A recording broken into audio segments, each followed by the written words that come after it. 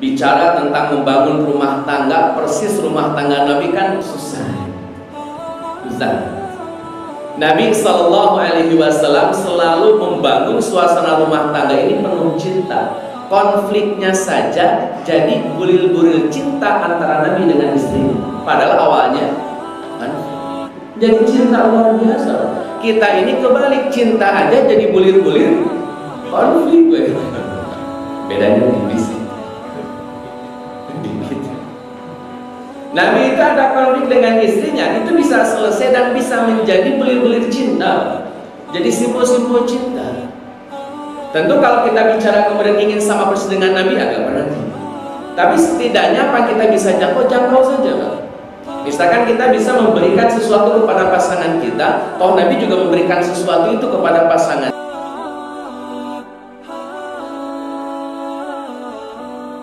Assalamualaikum warahmatullahi wabarakatuh.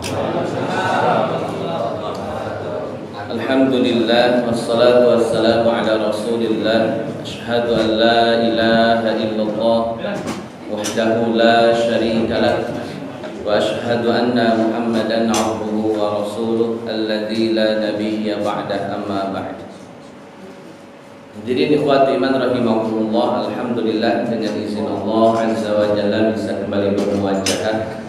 Mudah-mudahan pertemuan kita senantiasa memberikan kekuatan, memberikan semangat, dan memberikan kepada kita dorongan untuk senantiasa mendekat Allah azza wa jalla.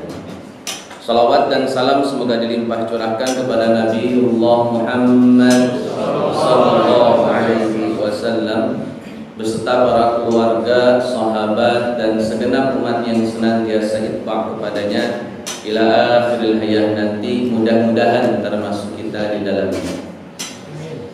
Hadirin ikhwati man rahimakumullah, karena kita bukan Nabi sallallahu alaihi wasallam.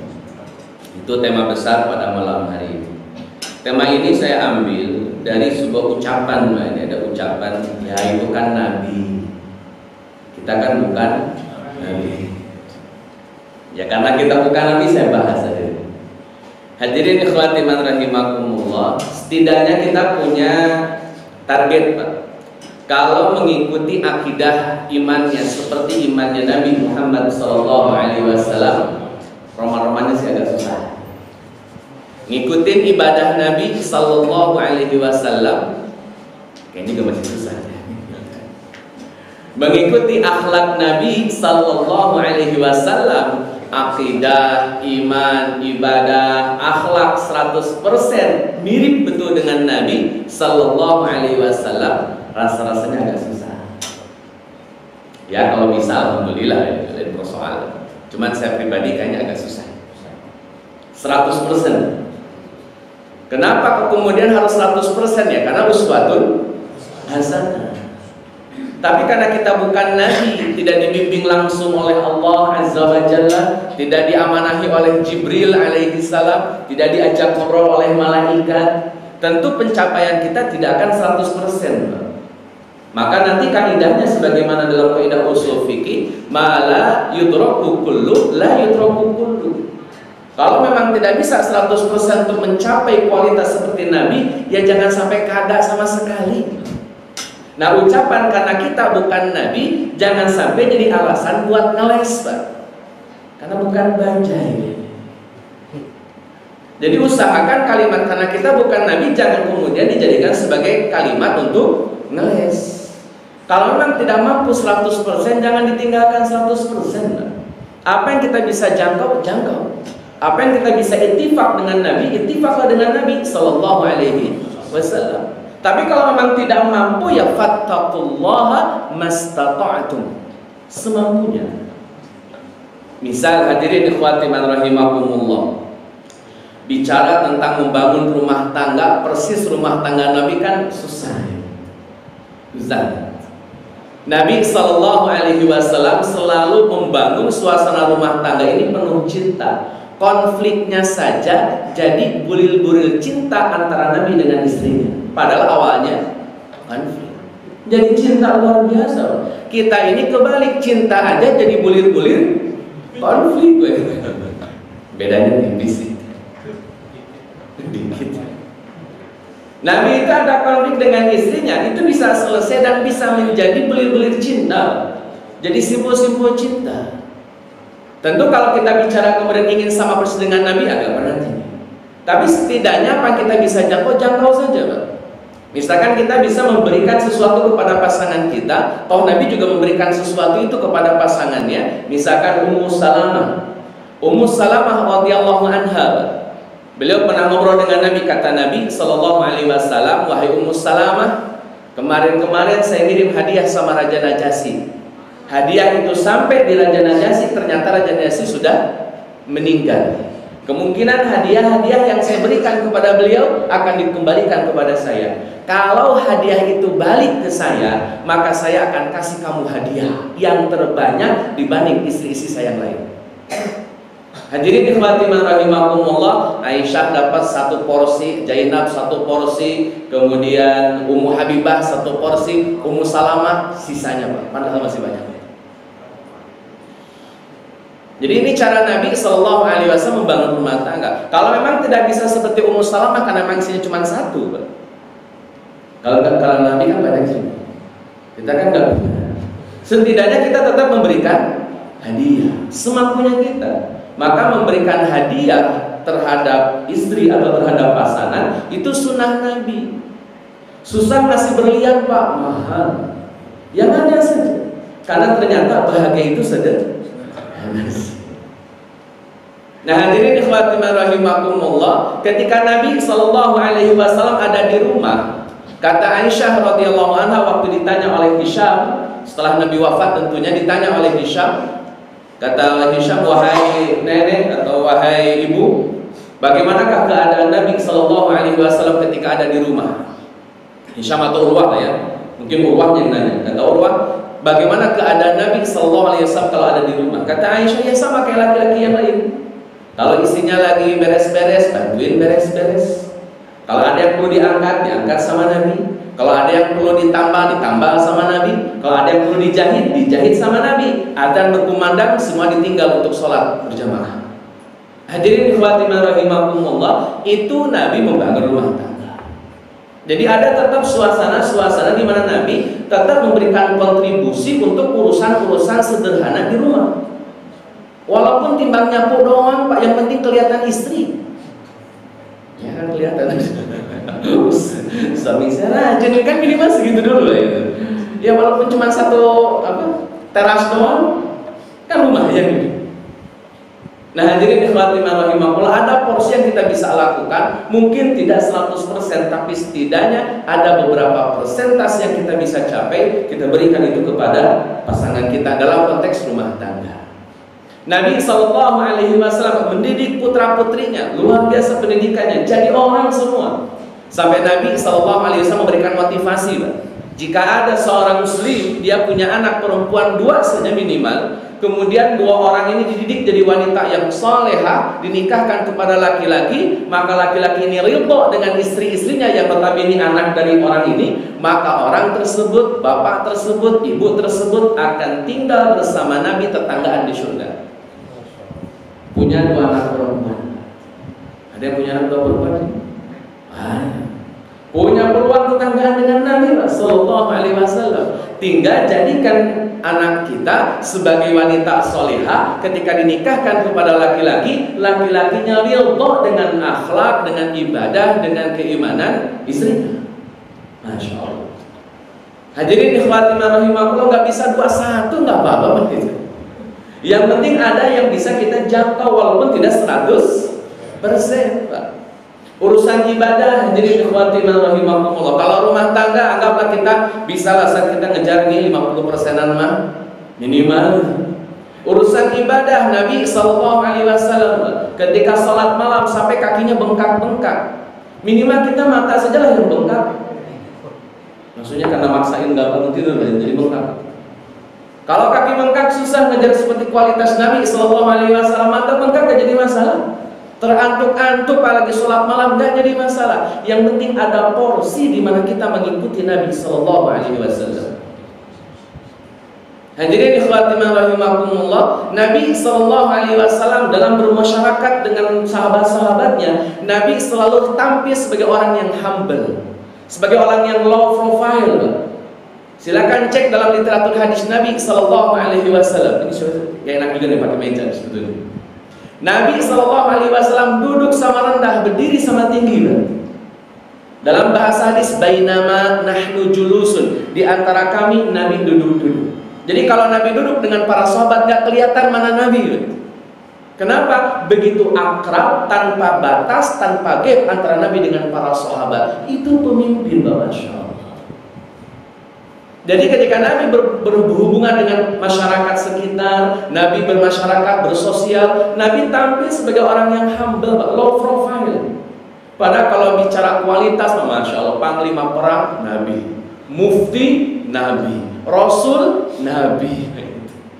Apalagi pemimpin negara, Nabi, tapi duduk bareng dengan para sahabat tidak ada jeda. Sampai saling bercanda dengan para sahabat radhiyallahu anhu. Pernah Usaid bin Hudair, Pak, dia nggak pakai baju di hadapan Nabi. Artinya Nabi sangat toleran dengan keadaan sahabat. Usaid bin Hudair nggak pakai, maksudnya telanjang dada ya, bukan telanjang semuanya, telanjang dada. Itu di hadapan Nabi ngobrol biasa saja. Nabi tidak merasa tidak dihormati, tidak merasa itu tindakan yang tidak sopan, biasa saja, Pak. Sampai Nabi Allah Muhammad SAW bercanda, Usaid bin Hudair bercanda, Nabi Allah Muhammad tersenyum, ketawa. Maka Usaid dipukul badannya. Mungkin kalau kita kayak ditepuk ya, ente bisa aja ya. Usaid bin Hudair bercandain Nabi, Pak. Kata Usaid, ya Rasulullah, antum pukul ana. Hanya Nabi minta, oh ya maaf. Padahal itu juga bercanda, Pak, sebetulnya. Ya nepuk doang. Tapi kata Usaid, Rasul, antum pukul saya. Oh ya maaf. Oh gak cukup maaf Rasul, harus kisos. Harus kisos, kata Usaid bin Hudair. Oh siap kisos, kata Nabi SAW. Antum pukul saya. Lihat, Pak, bagaimana cara Nabi bermuamalah. Wah, kalau sekarang nggak ada pemimpin model begitu, Pak. Dipukul langsung lewat itu urusannya. Nggak dipukul aja bisa masuk penjara. Hadirin ikhwati man rahimakumullah, Nabi SAW muamalahnya Masya Allah, Pak. Nggak ada jeda itu, nggak ada jarak. Bisa ngobrol bareng, Masya Allah. Maka orang gak ada yang dengki sama Nabi, tampilnya begitu, Pak. Sampai kata Nabi, itu antum pukul aneh aja sekarang. Kata Usaid, nanti dulu Rasul, antum pukul aneh gak pakai baju. Masa aneh pukul antum pakai baju? Nabi lepas baju, Pak. Masya Allah itu.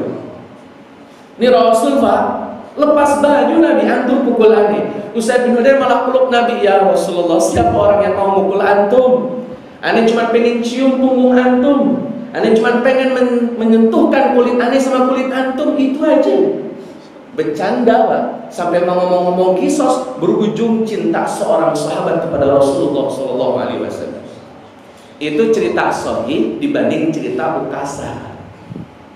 Karena ada yang pernah dengar Ukasah yang pengen nyambung Nabi. Nah itu kata Ibnu Al-Jauzi, riwayatnya maudhu. Tapi kata Ibnu Al-Jauzi, Pak, dalam kitab Al-Mawdu'at cerita itu palsu. Tapi wallahu a'lam, dan itu kan bicaranya para ulama. Kata Ibnu Jauzi ceritanya palsu. Nah ini yang sahihnya, riwayat Usaid bin Hudair. Nah hadirin ikhwati man rahimakumullah, saya ingin garis bawahinya, ini terserah nanti palsu atau tidak dengan cerita Ukasah ya. Tapi intinya Nabi tampil betul-betul low profile, Masya Allah. Urusan keluarga excellent, Mbak. Urusan ibadah mana yang lebih hebat daripada Nabi SAW. Urusan muamalah di masyarakat, Masya Allah. Hadirin ikhwati man rahimakumullah, urusan ngelola pasar, Pak. Kalau pasar ada pengawas pasar, Pak, paling keren itu Nabi SAW. Gak boleh ada tepu-tepu di pasar, Pak. Nabi sweeping sendiri, Pak. Kalau sekarang kan banyak nih, mau tahun sekian ya, pada turun di jalan, di shoot pakai TV, pakai video. Kalau Nabi nggak pakai shoot tanpa nggak pakai video, Nabi langsung turun ke pasar ngecek orang dagang kayak gimana. Ada orang dagang gandum, atasnya kering. Nabi tanya, berapa nih gandum? Sekian, kata Nabi. Kering nih, kering Rasul. Disodok pakai tangan Nabi, dalamnya basah. Nabi langsung, Mbak. Kenapa? Nabi SAW sebagai seorang pakar yang paham betul tentang dunia ekonomi, maka tidak boleh tipu-tipu dalam dunia ekonomi. Maka Nabi pastikan, betul-betul dipastikan, Pak, pedagangnya dipastikan, pembelinya dipastikan. Di zaman Nabi, hadirin ikhwati rahimakumullah, ini kalau kita mungkin beda, ini di zaman Nabi, tidak boleh ada orang punya lapak permanen. Semua lapak itu bebas. Jadi orang datang lapak itu dadakan, Pak, kayak pasar apa? Kayak pasar kaget. Jadi datang pasang lapak, nanti selesai bongkar. Itu zaman Nabi begitu. Makanya Nabi bilang pasar ini milik umat. Tidak ada yang boleh punya lapak permanen. Tidak usah bayar retribusi, tidak usah bayar uang ini, uang itu. Tapi syaratnya satu, yang datang duluan dia yang berhak lapaknya di situ. Maka para sahabat Pak bangunnya pagi-pagi semua. Buru-buru datang ke pasar, karena kalau telat datang baginya belakang lah. Lah orang kan kalau belanja pastinya di susah. Makanya relokasi pasar Pak di Indonesia gagal terus. Kenapa? Yang dibangun di dalam-dalam, orang belanjanya di luar. Akhirnya yang punya cash di dalam pada hadirin ikhwati rahimakumullah. Tapi ini format di zaman Nabi sallallahu alaihi wasallam demikian, Pak. Nabi paham betul dunia ekonomi. Maka Nabi memastikan jangan sampai ada perbuatan yang tidak diperbolehkan dalam aktivitas jual beli. Hadirin ikhwati rahimakumullah, Nabi sallallahu alaihi wasallam dalam urusan perang, Pak. Nabi itu orang yang sangat luar biasa, punya pemahaman yang sangat lengkap terkait dengan peperangan. Hadirin ikhwati rahimakumullah, Nabi sallallahu alaihi wasallam Pak musyawarah dengan para sahabat. Nabi tidak sungkan untuk mengambil pendapat sahabat dan menafikan pendapat pribadinya. Untuk konteks perang Uhud, Pak, kata Nabi sallallahu alaihi wasallam, "Ini kita mau perang nih. Pasukan orang-orang Quraisy dari Mekah sudah pada datang. Kita datang keluar, kita serang di luar kota Madinah maksudnya. Maaf, di dalam kota Madinah. Jadi Nabi tidak mau keluar kota Madinah. Saya koreksi, Nabi tidak mau keluar kota Madinah. Kata para sahabat, Rasul, bagusnya keluar perang ini. Kalau keluar kan kita bisa lebih maksimal perangnya. Karena kan kalau di dalam takutnya infrastruktur kota Madinah rusak. Mending keluar aja." Hadirin ikhwati rahimakumullah, para sahabat kompak. Nabi tadinya pengen di dalam kota Madinah, tapi karena para sahabat kompak, Nabi tidak segan untuk menarik pendapatnya dan mendahulukan pendapat sahabat. Ini biasa pada dalam dunia Nabi sallallahu alaihi wasallam. Tidak keras kepala gitu, nggak notok gitu. Kalau memang ada pendapat yang lain yang lebih bagus, oke, Pak. Dalam pemilihan kemah, Pak, kemah dalam perang Badar, ada Habib bin Mundir datang, Rasul, maaf nih saya mau nanya, ini kemah kita kok jauh dari sumber Badar? Kata Nabi, iya, di sini lebih cocok kayaknya, kata Nabi. Kata Habib bin Mundir, seorang pakar strategi perang, kata beliau, ya Rasulullah, saya mau tanya dulu ini wahyu atau pendapat pribadi Rasul? Kata Rasulullah SAW, "Oh, ini pendapat saya aja, bukan wahyu. Kalau boleh saya kasih usul Rasul, lebih bagus kemahnya dekat sumur." Kenapa? Karena kalau dekat sumur kan bisa cepat ambil air minum, minimal logistik terpenuhi dengan segera. Kalau jauh kan agak makan waktu. Kalau duluan sama orang kafir, bisa jadi orang kafir duluan. Ini cocoknya dekat sumur Badar. Hadirin ikhwati rahimakumullah, Nabi ngalah, Pak, nggak peduli itu siapa yang bicara. Selama punya argumentasi, punya pendapat yang logis, diterima sama Nabi sallallahu alaihi wasallam. Lihat, inilah pemimpin, inilah seorang mufti, inilah seorang pakar agama, pakar politik, pakar ekonomi yang tidak segan untuk mendahulukan pendapat orang lain dibanding dirinya.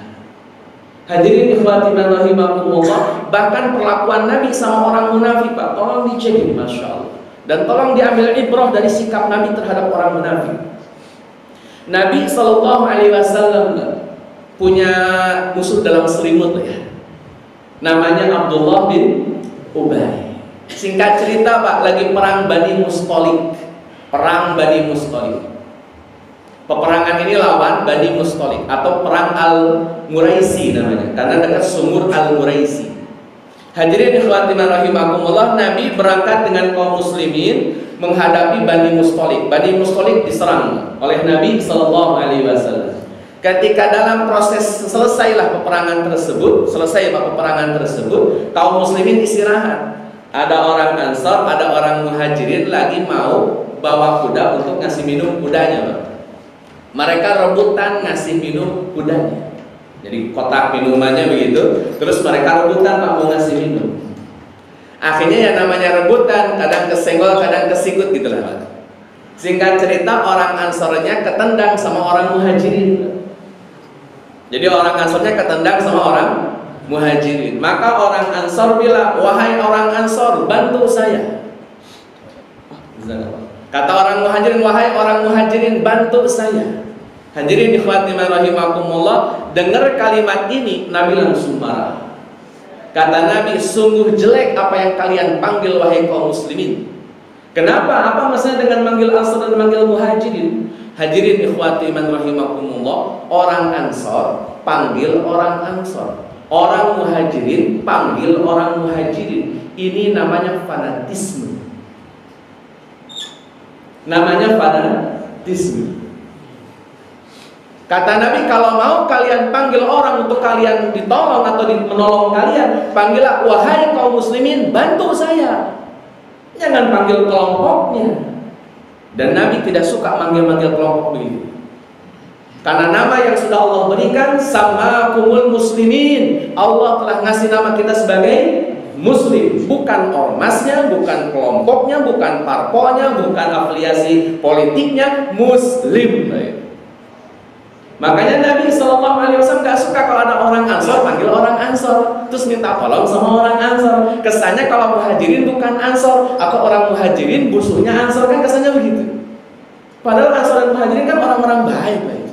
Tapi Nabi gak suka panggil fanatisme begitu. Kalau mau panggil wahai kaum muslimin, jangan panggil Ansor, dengan panggil Muhajirin. Selesai Nabi marahin sahabat, Abdullah bin Ubay bin Salul ngomong sama orang-orang Ansor. Kata Abdullah bin Ubay, no, aneh bilang udah apa? Sekarang udah mulai sombong di Nabi kita. Sekarang udah bela-belain Muhajirin. Ente sih kenapa pakai ngundang Muhammad datang ke sini? Ente sih kenapa ngasih jamuan kepada Muhammad sejak dulu? Ente sih ngasih rumah, ngasih tanah buat orang-orang Mekah. Gara-gara ente semuanya. Maka kata Abdullah bin Ubay, demi Allah, kalau kita sudah sampai kota Madinah nanti, maka orang kuat akan mengeluarkan orang yang lemah dan hina. Maksudnya gini, kata Abdullah bin Ubay bin Salul, kalau sampai kota Madinah, maka orang kuat akan mengeluarkan orang yang lemah. Maksudnya yang kuat itu adalah Abdullah bin Ubay, dan yang lemah itu adalah Nabi SAW. Itu yang dipikirin sama Abdullah bin Ubay bin Salul. Hadirin ikhwati rahimakumullah, Nabi tersinggung dengan ucapan itu. Kata Nabi SAW, dan itu sampai bikin Nabi gelisah, Pak. Kenapa kata-kata itu terlalu menyakitkan buat Nabi? Ini Masya Allah, Nabi saja tetap punya hati yang mudah dalam artian yang tersinggung dalam konteks itu. Ada orang Madinah namanya Abdullah bin Ubay bin Salul, dia bilang akan mengeluarkan orang hina, orang kuat akan mengeluarkan orang yang hina. Dan Nabi tersinggung dengan itu. Hadirin ikhwati rahimakumullah, Umar bin Khattab tampil. Kata Umar, Rasul, orang itu bikin sakit hati antum. Suruh ani bunuh orang itu. Selesai sekarang ini. Umar, kita lihat Pak, jawaban Nabi SAW. Jangan sampai ada orang nanti yang bilang bahwa Muhammad telah membunuh sahabatnya. Hadirin ikhwati rahimakumullah, munafik, jelas munafiknya, jelas gak suka sama nabinya, Nabi masih tetap menyayangi beliau. Ini adilnya pemimpin. Hadirin ikhwati rahimakumullah, padahal jelas memusuhi Nabi SAW. Jelas tidak suka sama Nabi, tapi Nabi masih sayang Pak sama beliau. Sampai cerita rumor akan dibunuh ini Abdullah bin Ubay bin Salul itu didengar oleh anaknya yang bernama Abdullah. Anaknya datang Pak ke Nabi, Rasul, saya dengar ini kabar burung, cerita-cerita dari orang-orang katanya ada yang pengen bunuh bapak saya. Dengar-dengar malah Nabi yang mau bunuh bapak saya. Kata Abdullah, anaknya Abdullah bin Ubay. Jadi nama bapak sama anak sama-sama Abdullah. Kata Abdullah, ya Rasulullah, orang-orang Khazraj demi Allah semuanya tahu kalau tidak ada anak yang paling mencintai bapaknya kecuali saya. Jadi di Khazraj itu nggak ada anak yang paling mencintai bapaknya kecuali Abdullah, kepada Abdullah bin Ubay bin salut. Gak ada yang lain yang lebih cinta kecuali saya. Maka tolong ya Rasulullah, jika engkau perintahkan membunuh bapak saya, maka izinkan saya yang bunuh.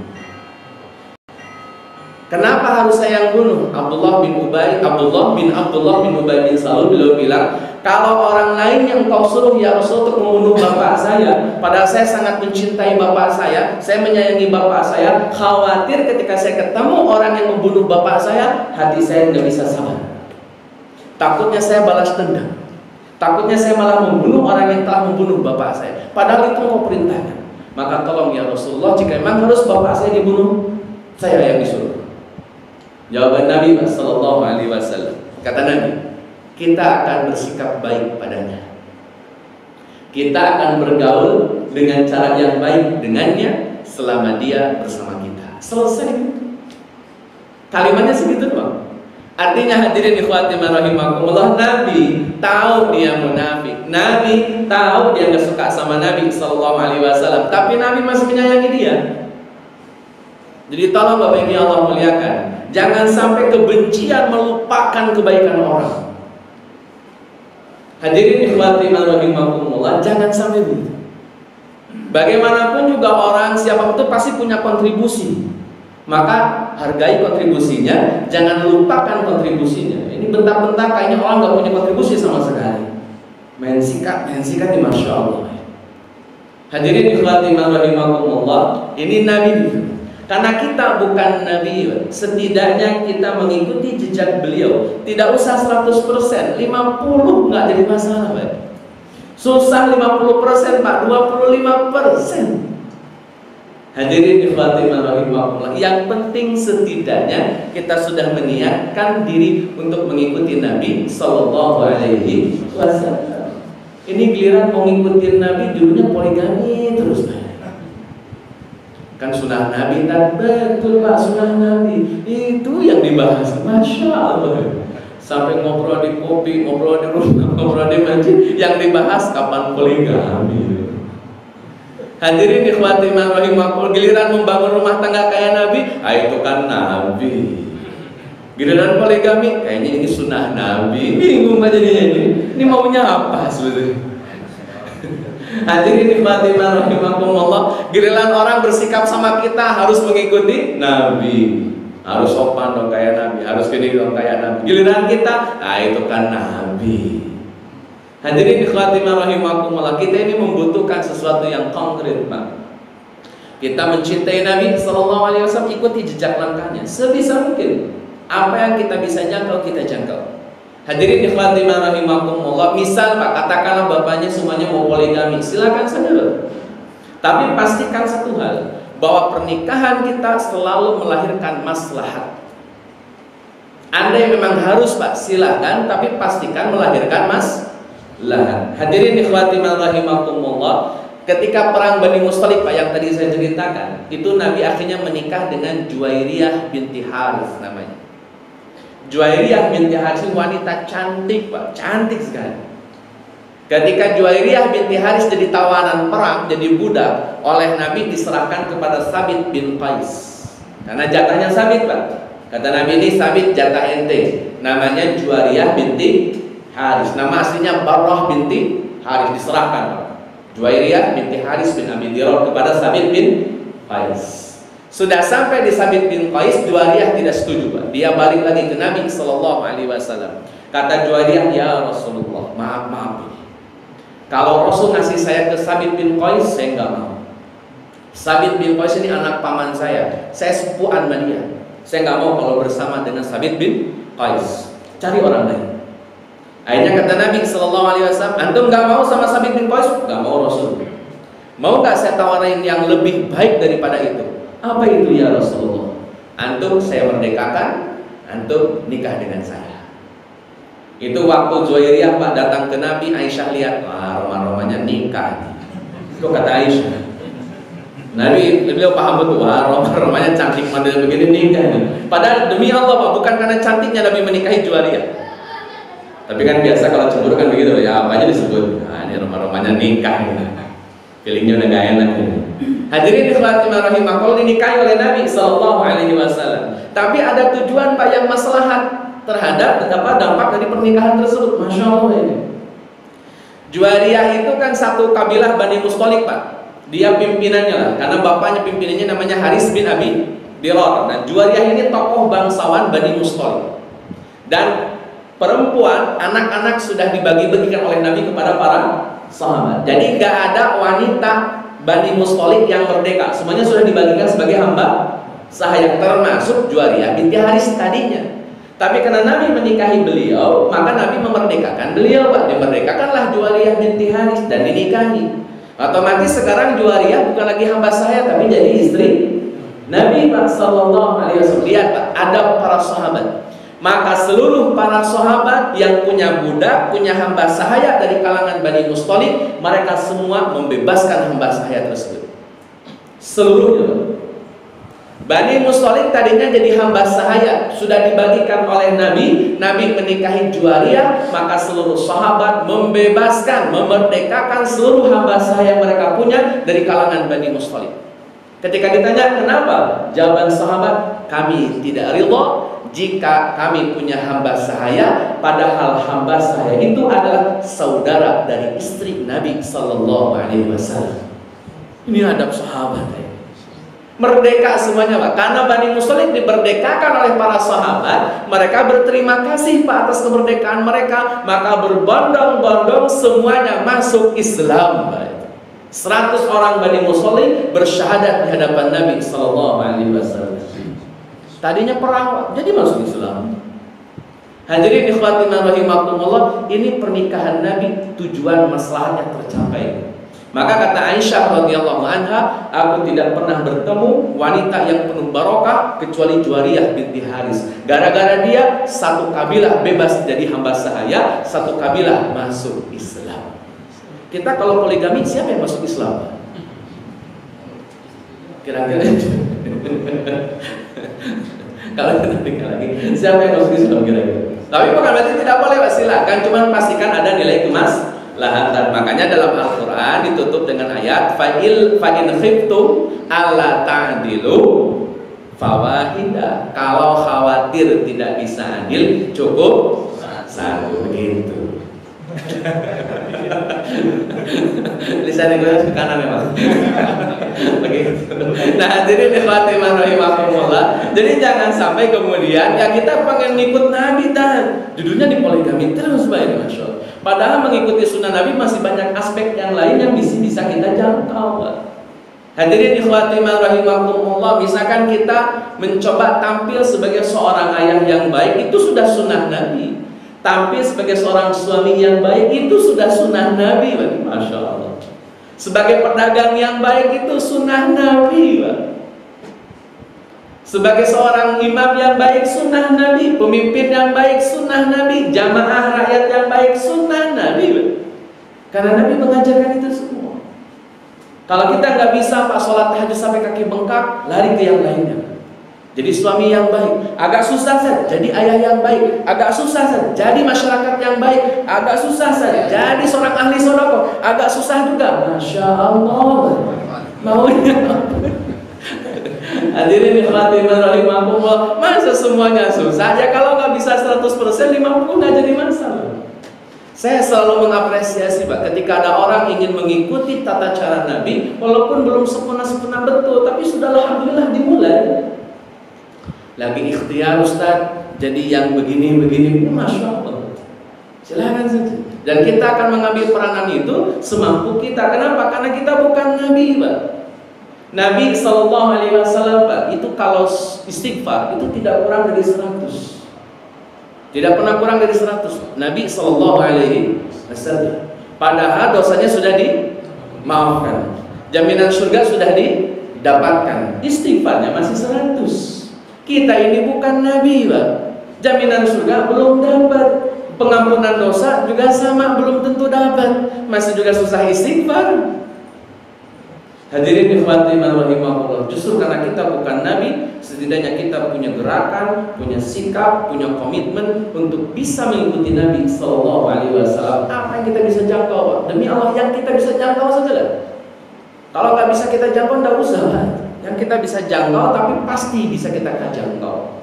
Hadirin ikhwati rahimakumullah. Contoh yang lain, Nabi Sallallahu Alaihi Wasallam dalam bersikap, dalam menjelaskan agama, dalam beribadah itu selalu Nabi memberikan kemudahan. Ad-dinu yusrun, agama itu mudah. Jadi jangan sampai dipersulit Pak bicara agama. Ada 3 orang sahabat Pak datang ke Aisyah radhiyallahu anha. Kata 3 orang sahabat ini, wahai ummul mukminin Aisyah, bagaimanakah kata Nabi ibadahnya di rumah? Dijelaskan oleh Aisyah, begini. Kata 3 orang sahabat ini, demi Allah berat nian jadi Rasul.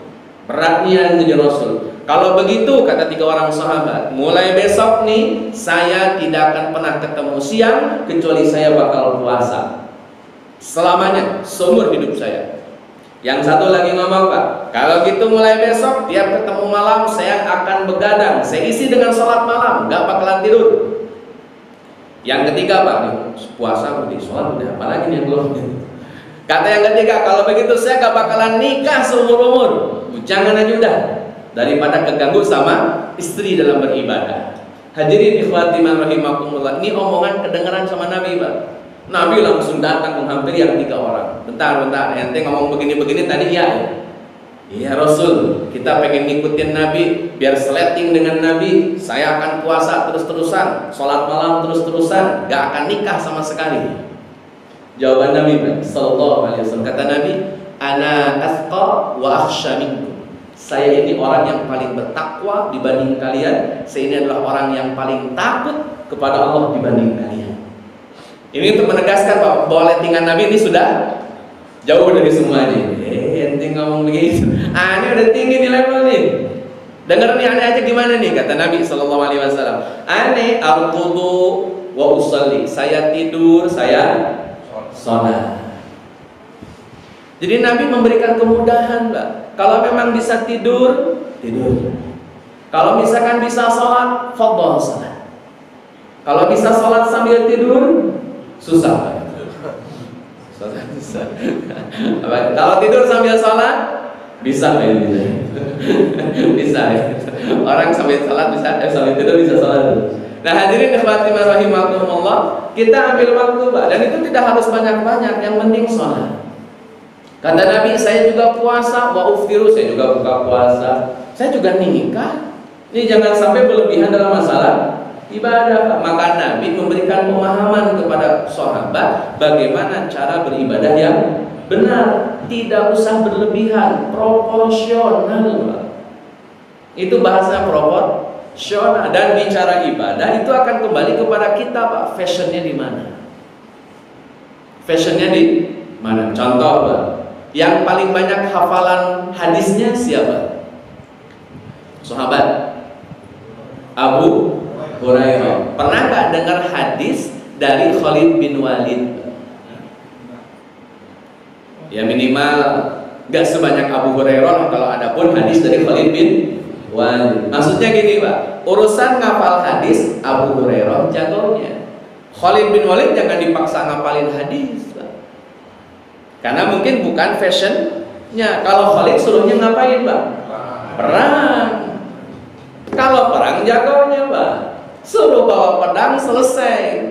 Itu Khalid bin Walid. Yang paham Quran, Pak, ada Abdullah bin Abbas. Urusan masalah fikih ada Mu'ad bin Jabal. Urusan faraid ada Zaid bin Sabit. Masing-masing punya kelebihan, Pak, yang berbeda dengan sahabat yang lain. Ada Abdullah bin Amr bin As, Pak, putranya Amr bin As. Abdullah bin Amr, Pak, rajin sholat, rajin puasa, Masya Allah. Sampai datang ke Nabi, Rasul tambah lagi, Rasul tambah lagi. Sampai ketika Abdullah bin Amr bin As tua, baru berasa, dulu saya menyesal, kenapa dulu saya minta terus sama Nabi. Giliran sudah sepuh baru terasa, Pak, berat ternyata dengan komitmen amalan-amalan yang dulu pernah disebutkan oleh Nabi. Makin umur nambah, yang makin berat, Pak, suasana kondisinya. Kata Abdullah bin Amr bin As, saya nyesal dulu minta terus sama Nabi. Tapi dilihat oleh sejarah, Pak, beliau orang yang rajin sholat dan rajin puasa. Ada yang fashion ibadahnya begitu? Ada, Pak. Yang hafal Quran fokus ibadahnya ada. Yang hafal hadis ada. Yang jago perang ada. Bahkan yang rajin sedekah ada, Pak. Mungkin hafalan Quran tidak sebanyak Yang lain mungkin hafalan hadis tidak sebanyak Abu Hurairah, tapi urusan sedekah terdepan.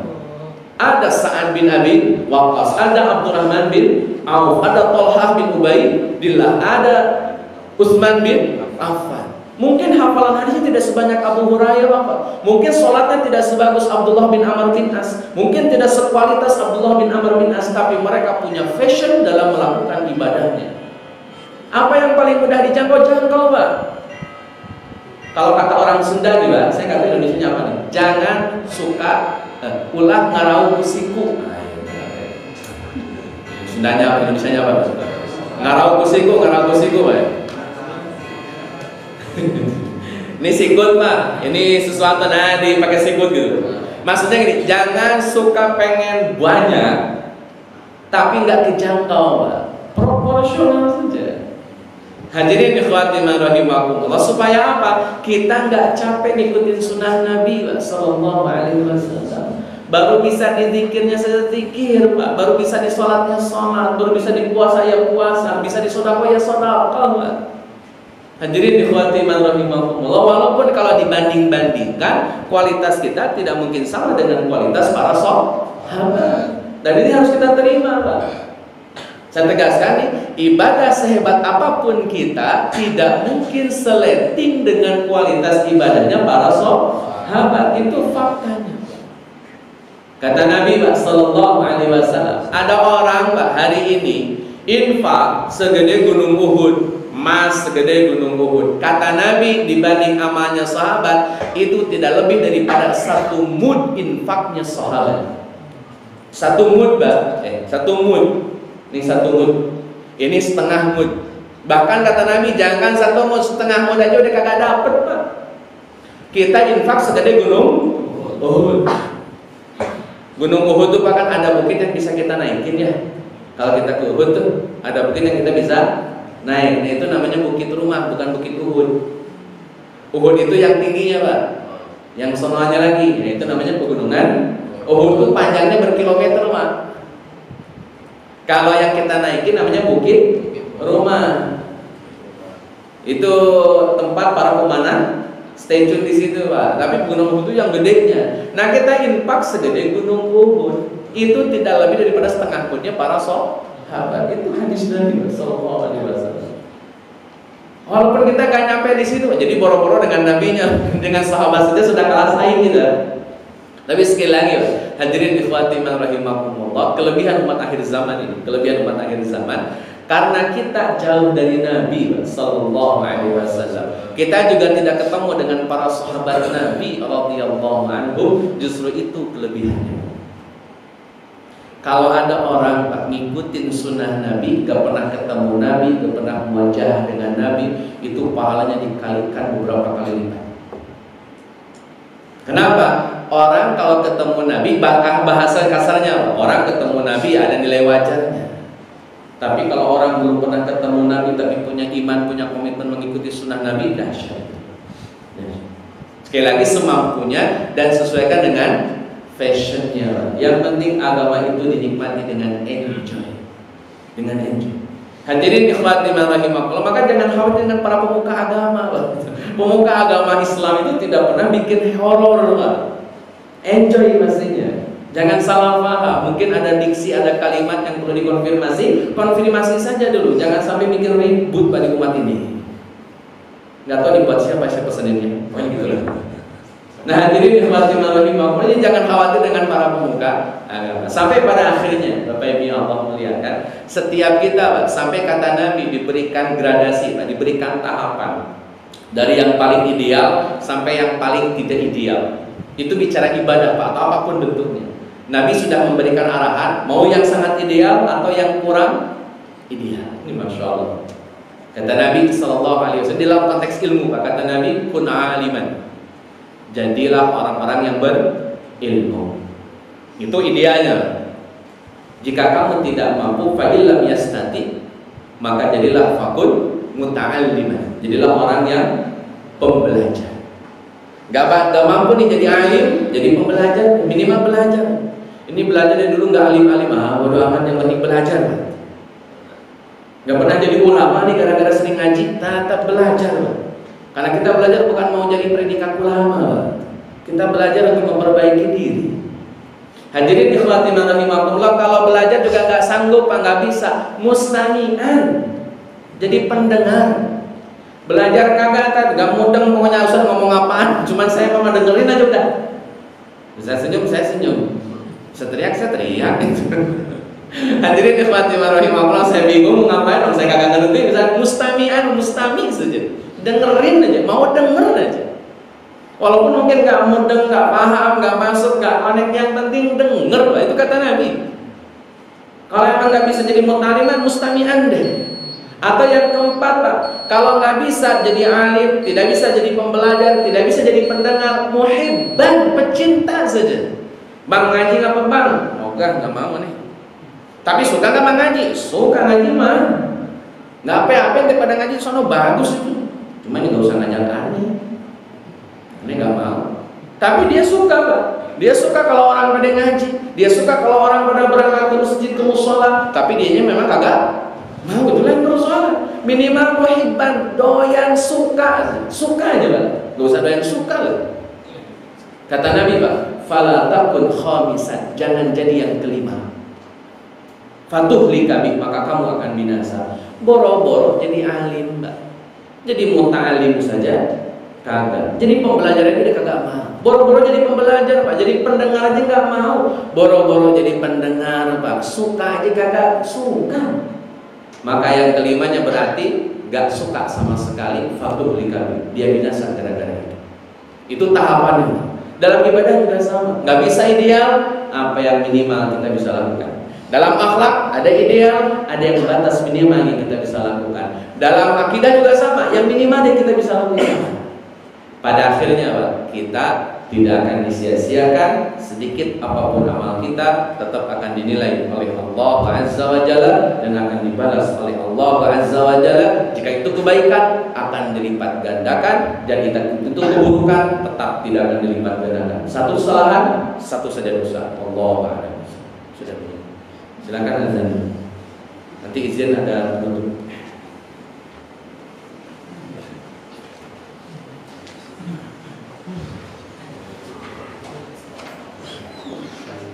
Allahu Akbar, Allahu Akbar,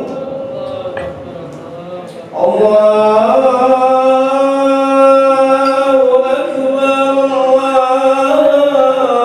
Allahu Akbar. Asyhadu an la ilaha illallah.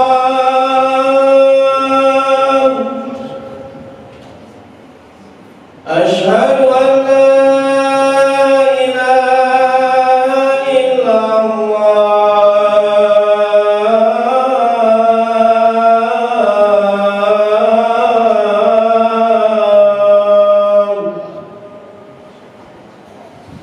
Asyhadu anna Muhammadar Rasulullah.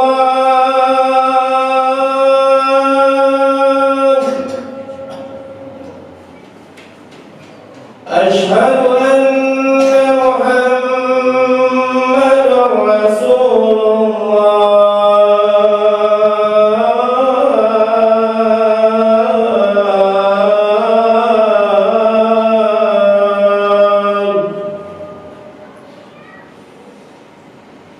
Hayya 'alas salat.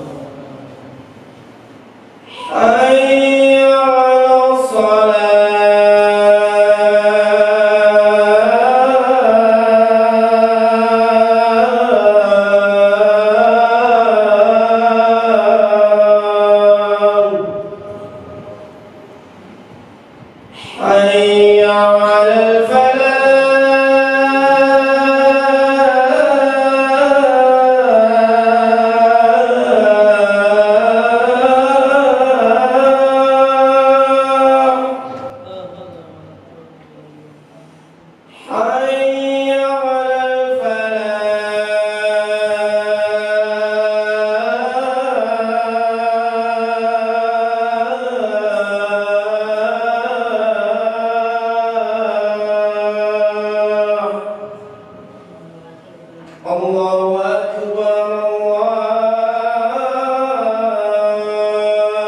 Akbar. La ilaha illallah.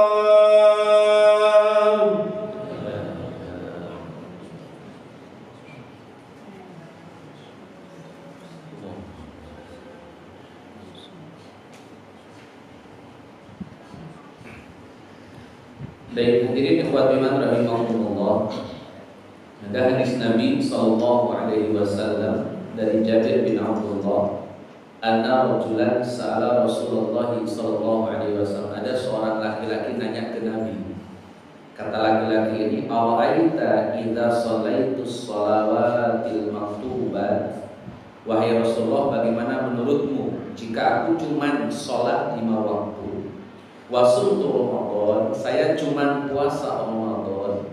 Wa ahlaltul halal, saya menghalalkan yang halal. Wa haramtul haram, saya mengharamkan yang haram. Walam azid ala dzalik syai'an, dan saya tidak mau nambah apapun selain itu. Salat 5 waktu, puasa Ramadan, yang halal dihalalkan, yang haram diharamkan, dah gitu doang.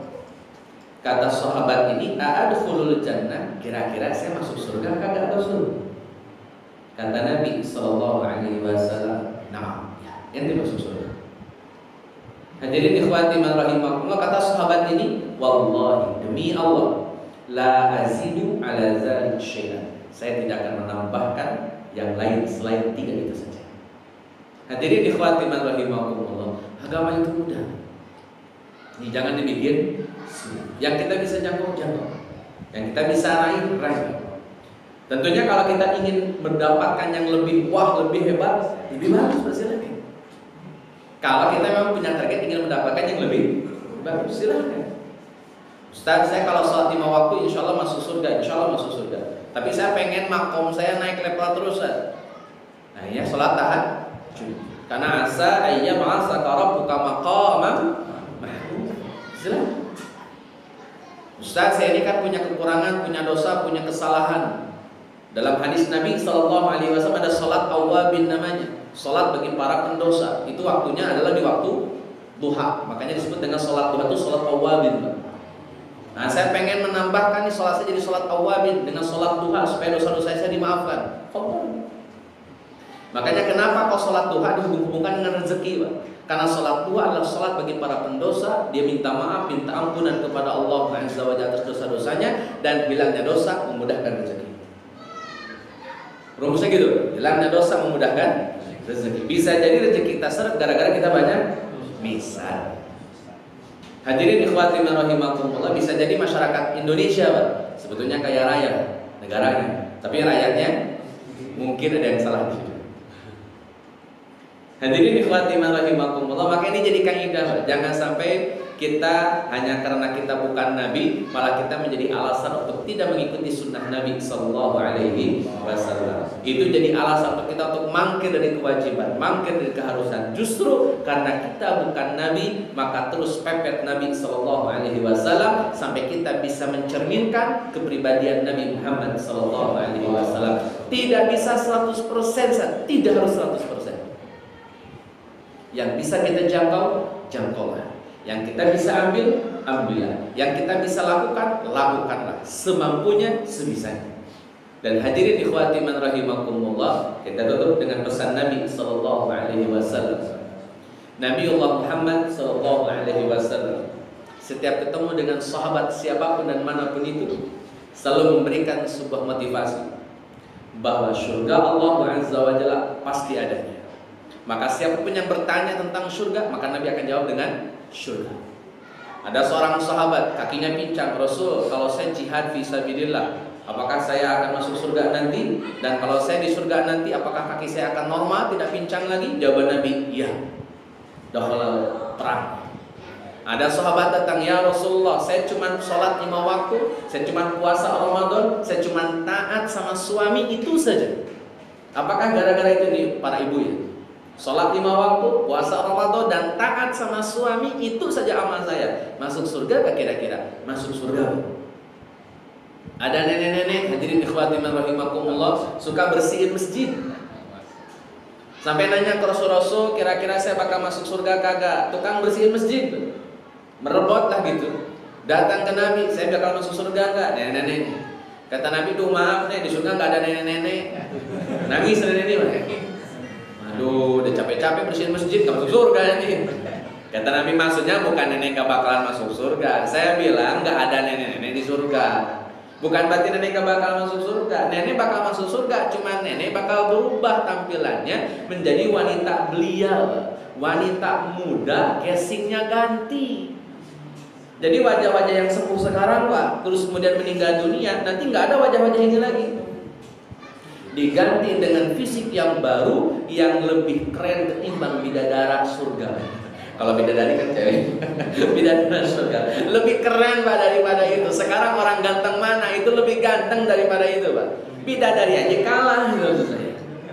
Kenapa? Casing kita diganti semua. Bahkan dalam kalimat Al-Quran itu, kalau perempuan itu seperti pemudi yang baru tumbuh fisiknya Pak, gitu ya. Fisik kehormatannya itu baru tumbuh. Pokoknya lagi gemesin banget gitu. Dan kita akan ditakdirkan antara usia 17 sampai 20 tahunan. Dan ini motivasi dari Nabi Pak Sallallahu Alaihi Wasallam. Maka kata Nabi Sallallahu Alaihi Wasallam, fastabiqul khairat, bersegera dalam kebaikan. Jangan sampai kemudian kita terlambat melakukan kebaikan. Banyak orang yang ingin mencapai dan menggapai rahmat Allah Azza wa Jalla. Banyak orang yang ingin mencapai dan menggapai surganya Allah Azza wa Jalla. Maka kita pun harus ada di barisan itu. Harus hadir di barisan itu. Harus hadir di barisan orang-orang yang sangat mengidolakan rahmat Allah Azza wa Jalla, sangat mengharapkan surga Allah Azza wa Jalla. Hadir di situ, Pak. Ustaz, susah, berat. Kenapa kemudian mencapai ridho dan rahmat Allah itu susah, berat? Jawabannya, Pak, mungkin pahit prosesnya, pancaroba prosesnya, Pak. Kenapa ingin mencapai ridho Allah itu pahit, susah, berat? Jawabannya karena surga itu manis. Maka prosesnya akan dipersulit agar rasa manis yang didapatkan di surga lebih nikmat rasanya. Ingin tahu rasa manisnya surga? Fastabiqul khairat. Mudah-mudahan jamaah Masjid Nurul Yakin Allah takdirkan sebagai para penghuni surga Allah Azza wa Jalla, dan masuk surganya kita, Bapak Ibu yang Allah muliakan, bisa memberikan syafaat bagi teman-teman kita yang dulu pernah sholat bareng dengan kita, yang dulu suka ngaji bareng dengan kita, yang dulu suka diskusi agama dengan kita, yang dulu suka makan bareng tapi sambil sharing agama. Mudah-mudahan kumpulan ini bisa memberikan syafaat bagi mereka, karena seorang teman bisa memberikan syafaat kepada temannya yang lain. Teman yang soleh bisa memberikan syafaat kepada temannya yang lain. Dan mudah-mudahan kita termasuk yang bisa ngasih syafaat. Setidaknya Pak, setidaknya Ustaz kayaknya gak bisa ngasih syafaat. Minimal kita termasuk orang yang mendapatkan syafaat dari teman-teman kita yang soleh. Assalamualaikum warahmatullahi wabarakatuh.